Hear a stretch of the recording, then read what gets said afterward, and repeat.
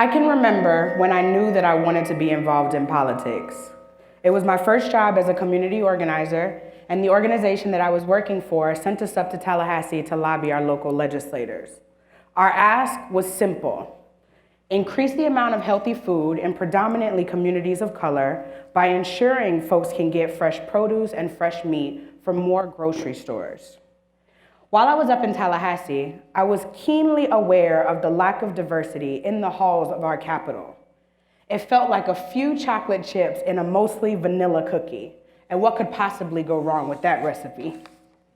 I watched as laws were being passed and stalled, and most laws were failed, including our healthy food bill. And I saw just how easy it was to make laws that can subjugate certain sets of people. But that's what happens when we allow a very specific small group of people to make laws for millions of people that don't look, love, believe, or behave anything like them. So the answer to me was clear. I needed to invest in way more business casual and get more Black women up to the Capitol. So why Black women? Well, obviously, my phenotype is Black and woman at the same time. And I know that since we've been given the right to vote, and especially when we could vote more freely in this country, we've consistently showed up as the most progressive voting people. We're the most reliable voters, and we vote at the highest rate of any demographic group in this country. But the power that we need and the power that we're seeking is not just at the polls or supporting these progressive candidates that really don't care about the very specific needs of Black women. Needs that include disproportionate maternal mortality, a housing crisis, inequity in pay and wealth, and yet and still the most educated group of people in this country. I knew that we needed something different. We needed some type of change. Even though we've existed through thousands of iterations of good old boys, and we still find ourselves lagging behind as Black women. But the power that we need, the power that will guarantee more equity for more people, lies in the hands of Black women and girls. So we should probably let more Black women and girls lead. I want to talk about Miss Peaches. Miss Peaches is a local community hero. She's lived in this community for all of her life, and generations before her have lived here through racial violence, through integration, and so much more. And Miss Peaches, not wavering in her commitment to this community, made the brave choice to run for office as a city commissioner, while at the same time living in public housing, raising her children, and managing her nonprofit where she mentors hundreds of youth.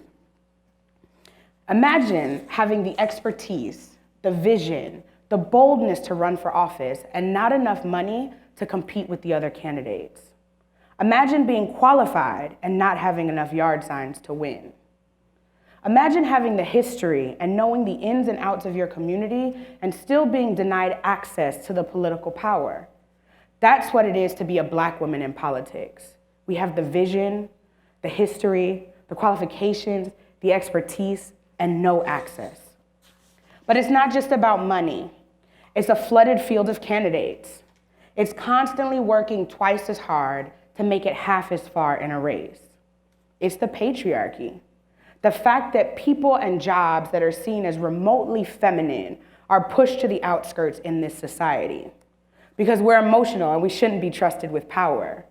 But I dare you to find a more emotional group of people than a room full of white representatives that would try to control what would happen in my womb and failed.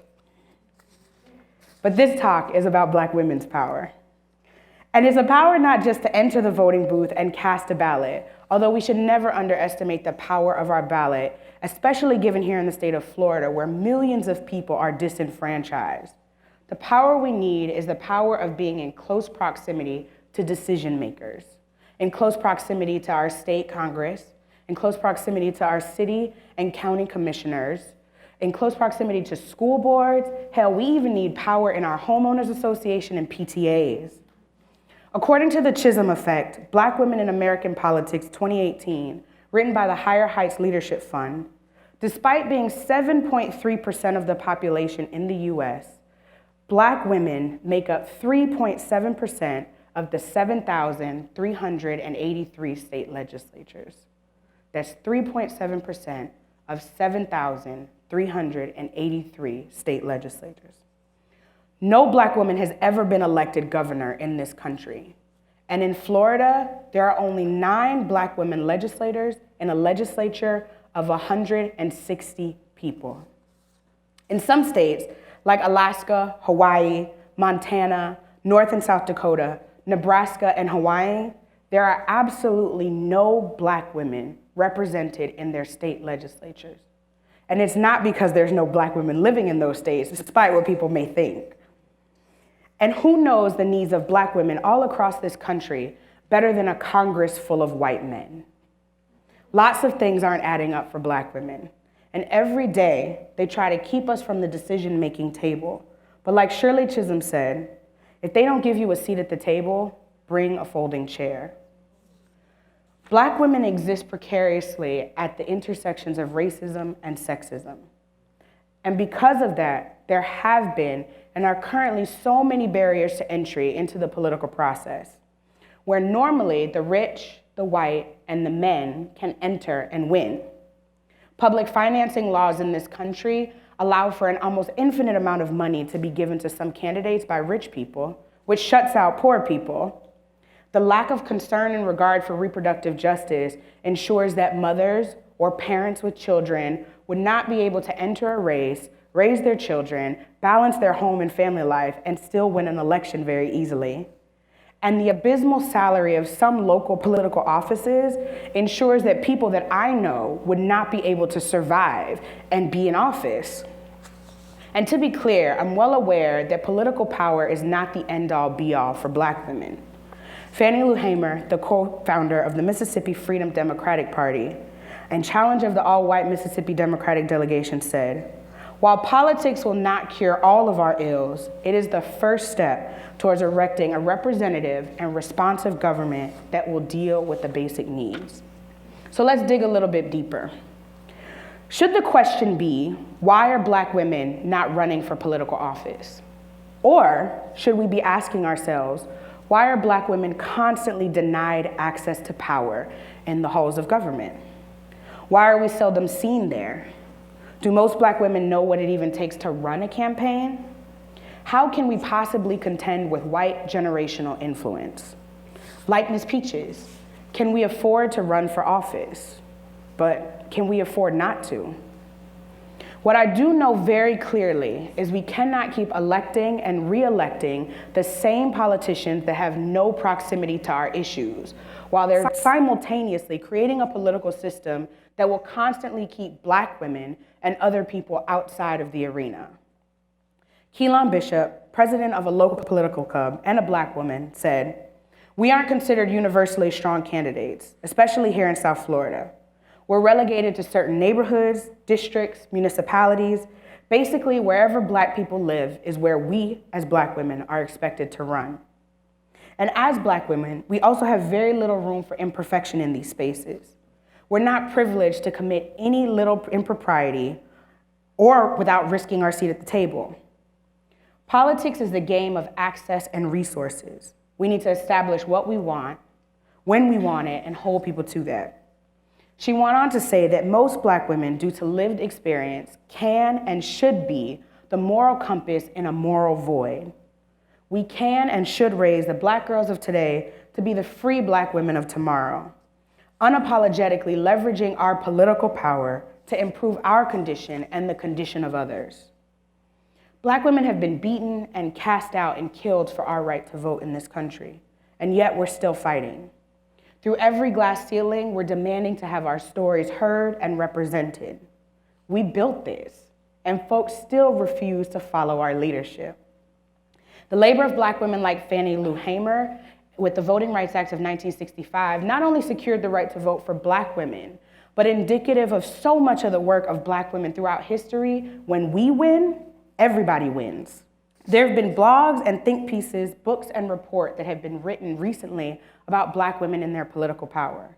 Kristen Clark, contributor to the Black Women's Roundtable 2018 report, so poignantly say, "Black women continue to shape democracy today." And history has proven that through our engagement at all levels of civic engagement, social justice, spiritual practice, reproductive justice, and more, we shift this country's moral compass towards more equity and justice for more people.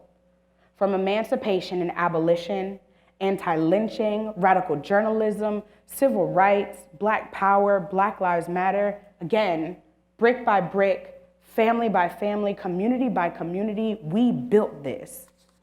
And you'd think by now, they would have understood that Black women on the starting lineup are a key to a winning season.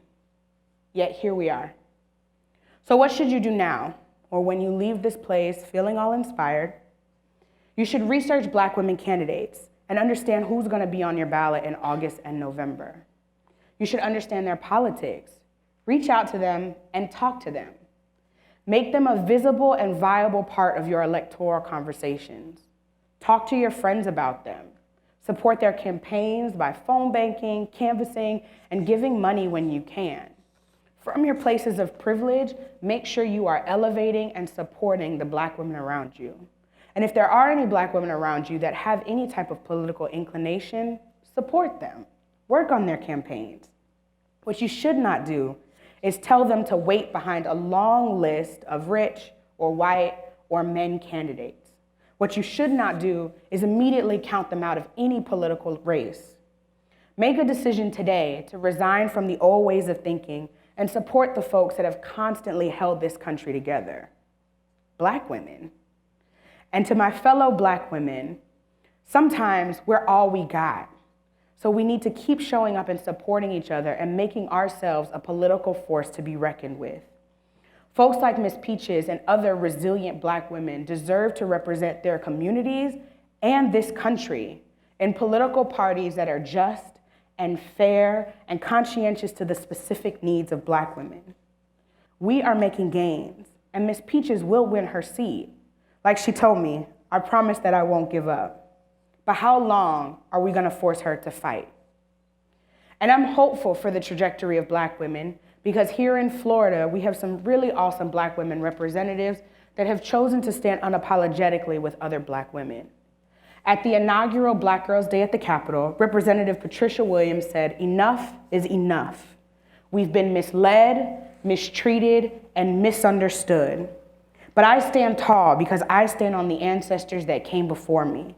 And I'm hoping that I'm paving the way so that you can have the opportunity to walk the floors of the Capitol." Representative Camilla Brown said, "As I stand before you today as a Black girl in the Florida legislature, I feel that we as Black women have a duty to make sure our voices are heard. We have proven that our voices matter and our votes as well, since we've been the deciding population in several elections." She said, "Our political influence continues to grow. However, our needs continue to be ignored. It is important for us to have representation in this legislative body and lawmaking process because we are disproportionately affected by some of America's most systemic crises. It's one thing for them to acknowledge African American women as the wheels of our political movement, but it's another thing when we put each other in the driver's seat. So let's take control of the wheel and start driving." Finally, the Combahee River Collective and Black women before and after said, "If Black women were free, it would mean that everyone else would have to be free, since our freedom would necessitate the destruction of all systems of oppression. And I would add that when Black trans women are free, we will all feel freedom. The freedom to vote, the freedom to move, to love, to raise and not raise children, and the freedom to represent and make decisions in the highest offices of this land. In our hands, in our unfettered, unshackled vote is freedom. So you may try to deny us seats at the table, but don't worry, we brought our own chairs." Thank you.